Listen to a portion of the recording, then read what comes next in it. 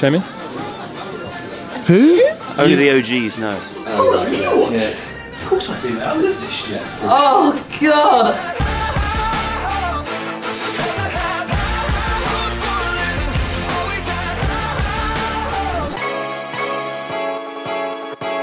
Have you heard the news that Bayern Munich, football club with 80 million subscribers, Yes, I've heard. How have moved to exciting! TikTok?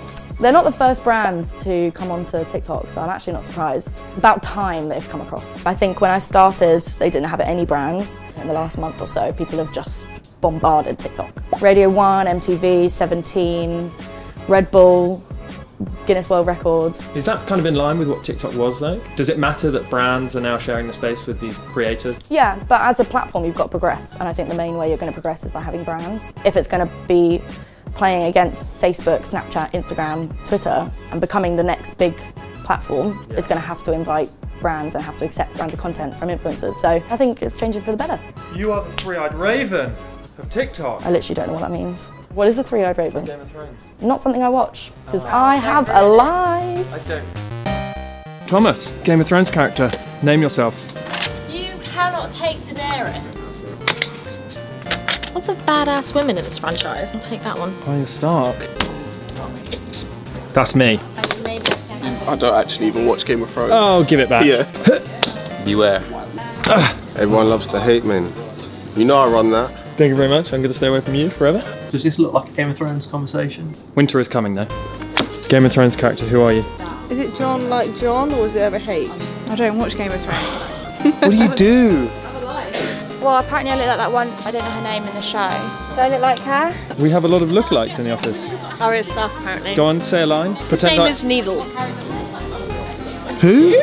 Only the OGs know. Oh, you know what? Yeah. Of course I do that. I love this shit. Oh God! In other business, non-fantasy world, in the real world, you seem to have had a very busy day. I have had a busy day, mate. This morning I went to a breakfast run by The Drum with Nick Martin, talking about cash flow, profitability, all the sort of fun stuff that you get to talk about with CFOs and financial directors. Even before breakfast, 8:30, I had a phone call with Alex in Singapore. I know Aaron's caught up with Alex as well. So I just came off a good call with Alex in Singapore. They're having a great month. Can't believe it's only been a month since they've been opened as well. Got Indy out there now, he's doing a brilliant job and has really settled in well.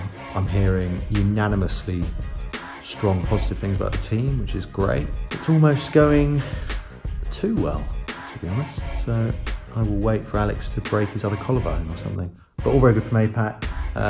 Appreciate all the work you guys are doing over there. So I've just come back from coffee with an influencer. She's actually from the UK and relocated out here 4 years ago.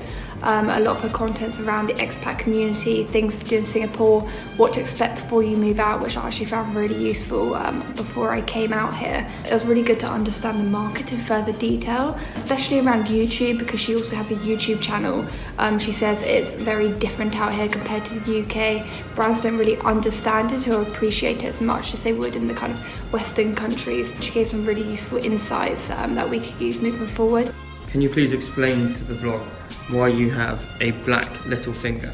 Okay, so last Sunday I joined my fellow Indonesian to vote for my president, and this is like a symbol. And when do you find out who your president is going to be? We will be able to know next month the result, so I really hope that my candidate will be winning. And how does it feel being connected on Instagram and Facebook now? Serious? You've had some influencers in today for Malibu. So we find it's really helpful to have briefing meetings with the influencers coming into the office. It's really helpful for us. And it's just good to get a vibe of them, I think. Yeah, develop a bit of a relationship as well. 100%. Are you going to be doing some similar content to what you did last year? Last year's content looks amazing. Yeah, you can check it out here. It's even different because there is obviously like a huge cultural difference which you have to really take into account because it comes from all the different countries that obviously sells Malibu, so the content that comes out of the USA is very different to what comes out of the UK. It's something you really have to consider and sometimes educate clients on. Ian and Henry are like very British, like London guys, and they said themselves, they were like, what we'll do is we'll bring a British spin on it, which obviously like that's what we've got to do to make it relevant to the audience. Hello from Brooklyn. Really nice weather here. Being British, you've got to talk about the weather. Really good weekend. Went out with Sam, who's our new starter. Went out for lunch on Saturday. Actually got a tan because it was so hot. Definitely a dynamic change in the office. Yeah, looking forward to this week. Just walking back from another agency pitch at a big creative agency that we work with in the UK. Thoughts? I think really liked our offering. Body language, I feel like they liked us. So they're basically looking for a partner agency to scale their influencer efforts. I think one really interesting difference in recent weeks is that a lot of these agencies are looking for celebrity talent as well as pure influencer. And different to what we fundamentally, if you're looking for kind of data-driven performance, what we believe works and converts. But we are set up to deliver those celebrity campaigns. Yeah, we'll update you more later. Okay, lots going on in New York today.